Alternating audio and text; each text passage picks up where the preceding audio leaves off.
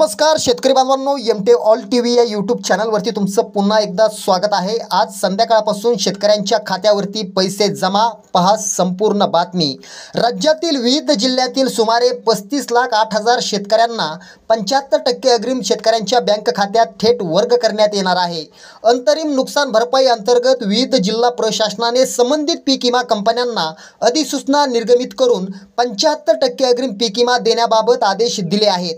मुख्यमंत्री एकनाथ शिंदे यांच्या अध्यक्षतेखाली सर्व प्रमुख पीक विमा कंपन्यांची धनंजय मुंडे यांनी बैठक घेऊन अग्रिमचा तिढा तातडीने सोडवण्याबाबत विनंती केली होती। या ठिकाणी तुम्ही पाहू शकता पात्र जिल्ह्यांची यादी आणि पात्र शेतकरी संख्या। पहिला जिल्हा आहे नाशिक जिल्हा, 3,50,000 शेतकऱ्यांना 75% अग्रिम वाटप होणार आहे।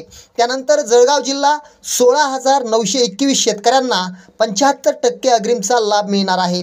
नगर जिल्हा 2,31,831 शेतकऱ्यांना 75% अग्रिमचा लाभ मिळणार आहे।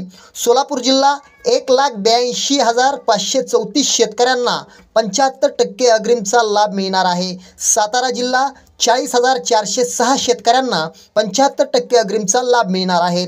सांगली जिल्हा 98,372 शेतकऱ्यांना 75% अग्रिमचा लाभ मिळणार आहे। बीड जिल्हा 7,70,574 शेतकऱ्यांना 75% अग्रिमचा लाभ मिळणार आहे। बुलढाणा जिल्हा 36,358 शेतकऱ्यांना 75% अग्रिमचा लाभ मिळणार आहे। धाराशिव जिल्हा 4,98,720 शेतकऱ्यांना 75% अग्रिमचा लाभ मिळणार आहे। अकोला जिल्हा 1,77,253 शेतकऱ्यांना 75% अग्रिमचा लाभ मिळणार आहे। कोल्हापूर जिल्हा 228 शेतकऱ्यांना 75% अग्रिमचा लाभ मिळणार आहे। जालना जिल्हा 3,70,625 शेतकऱ्यांना 75% अग्रिमचा लाभ मिळणार आहे।